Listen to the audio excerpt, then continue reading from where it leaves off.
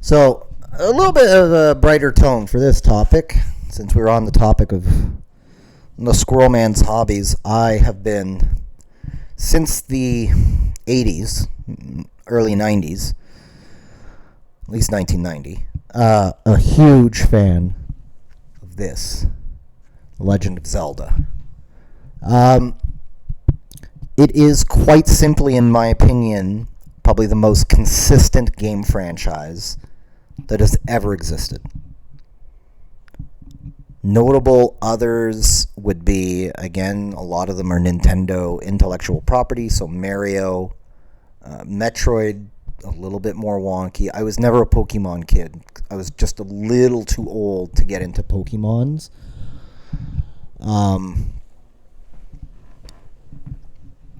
I've been a big fan of Final Fantasy and Dragon Quest and all of that old school kind of games, like the games that existed when I was... I think I've kind of stuck with the games that I grew up with, if they've stuck around. But a lot of them have... Well, Zelda as well has changed a lot, but some of them haven't changed necessarily. Dragon Quest has stayed consistent. Final Fantasy is not what it used to be anymore. It's just a different style of game now. And I still like them, but it's not what I remember.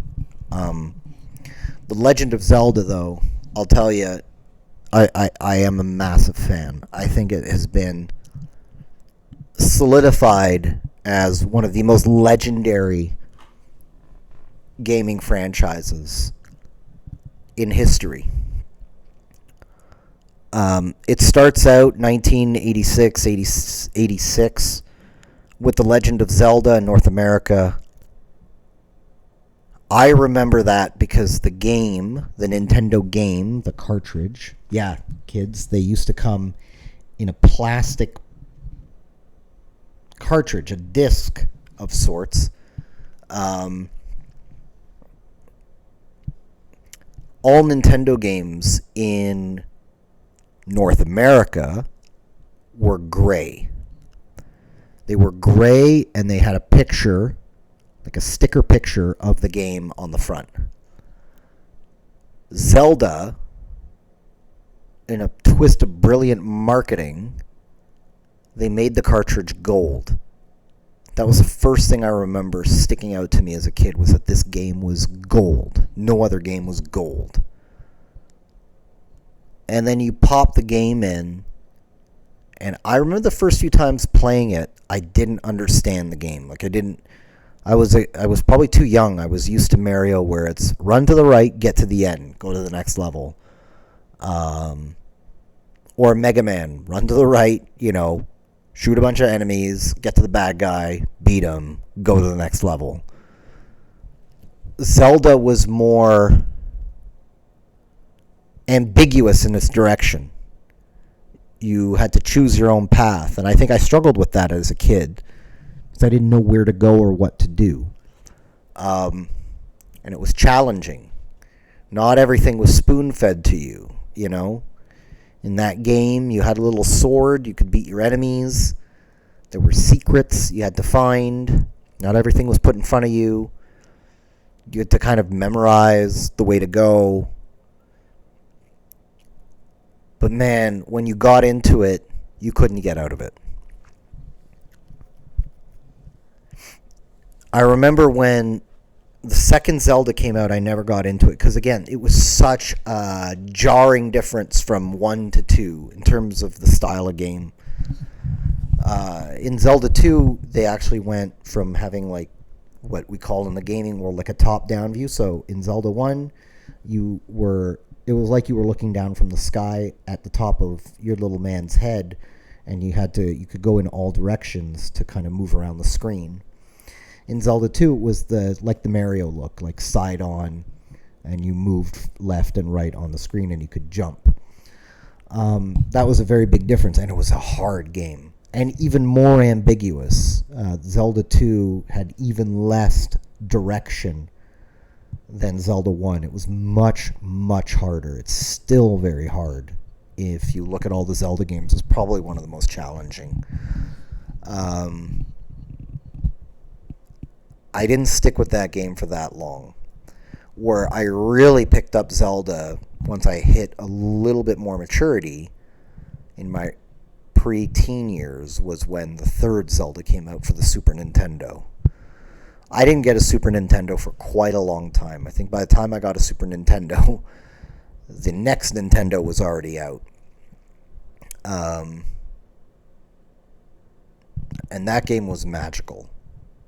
A Link to the Past for the Super Nintendo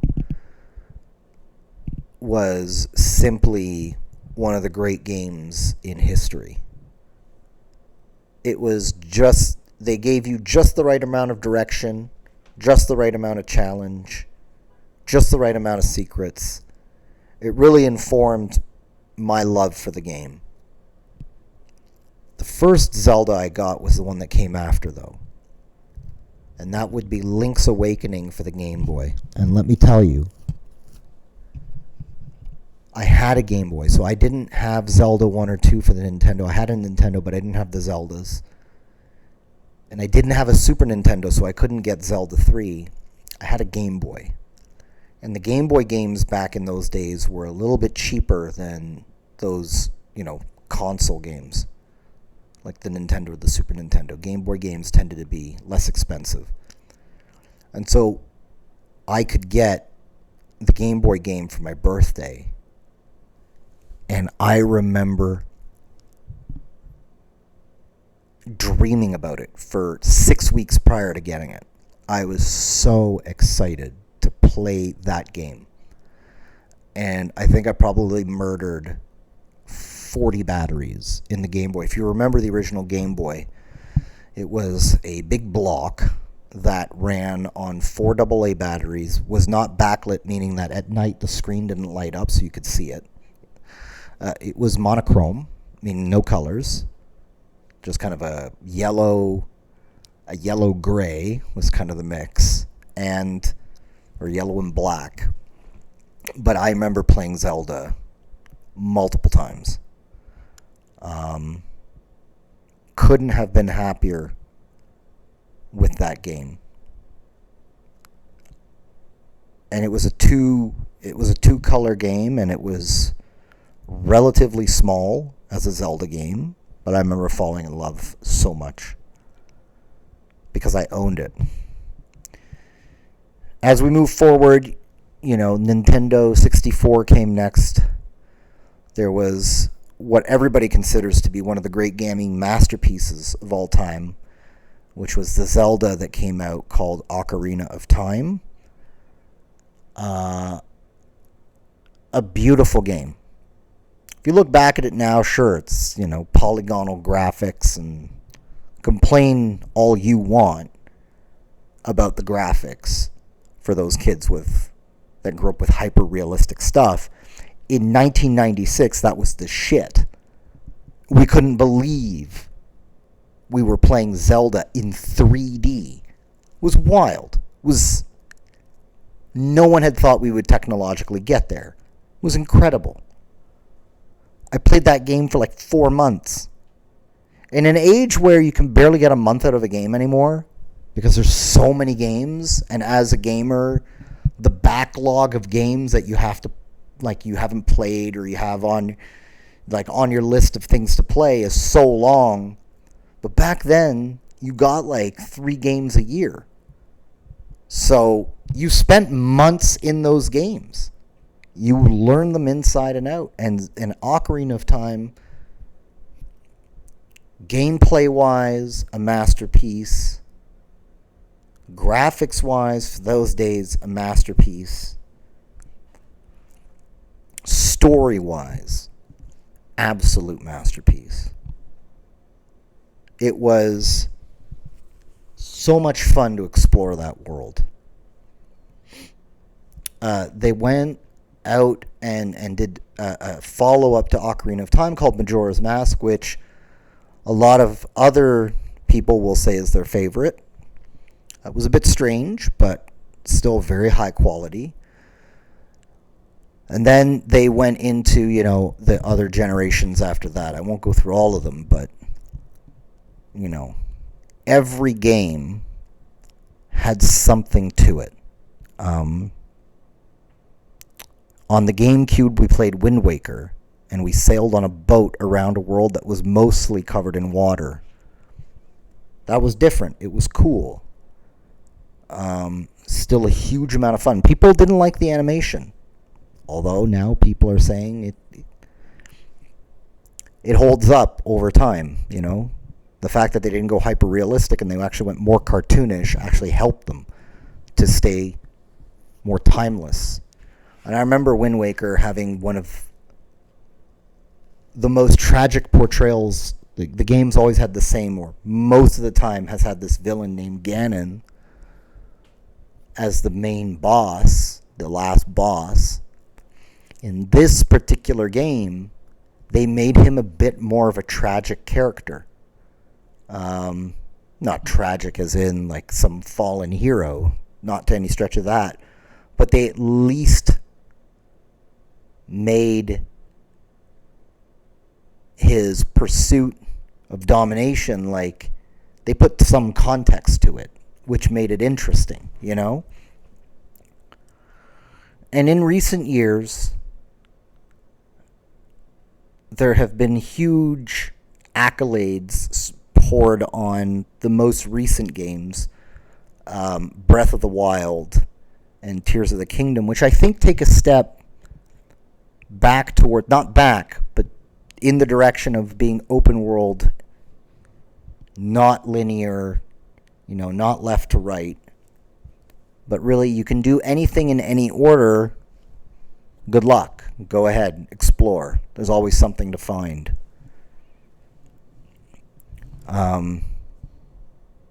What I love too is that the gaming world loves Zelda. That people who are considered great developers now will always doff their cap to Zelda, because it is one of those massively influential things. It came out in 1986. People that make games, people that own game companies now, grew up with that game. They didn't grow up with... They might have grown up with some Pac-Man, some Galaga, some Pong, but a lot of them will remember Zelda. And what I also love is that while there was no intention, I think, to create like a whole universe, like a Star Wars universe or a Lord of the Rings universe type of deal, where everything from each game has to connect to each other in some sort of timeline. I don't think that was the intent at the beginning of Zelda. But I like that the world has loved this so much that they did that anyway. And they created lore. And they created this universe. And I love that they've kept the game very pure. Zelda has never been about blood or hyper-realism or sending some sort of political message. It's about save the princess, kill the pig monster, which is what Ganon is in most of the games, a pig monster, or an evil king. It's about, they've never lost that it's about exploring. They've never lost that it's about, as you go further into your exploration, you will gain powers and abilities to help you explore even more. It's about mechanics. It's about making interesting ways of getting around obstacles. It's just good sword swinging fun. Presented beautifully. There really should be. Everybody complains for a live action Zelda show or movie. I'm not sure that that would work. I would love to see a dedicated documentary on it, like in 8 parts, of the history, of the philosophy in terms of the game design and of the future of Zelda. Because, again, I can point to very few other places where things have been so consistent for so long. I think that in and of itself deserves some sort of award. I know that some Zeldas have won all the accolades for games of the year, games of the decade, or whatever the case may be. That's individual. What about the franchise? If we were to name the top gaming franchises in the world, Zelda has to be in the top 5. I'm also of the opinion that Call of Duty should not be in there, because it's not something that reinvented the wheel at all. Anyway, that's my hot take. Play more Zelda. It's so good. It's so much fun. You'll love it.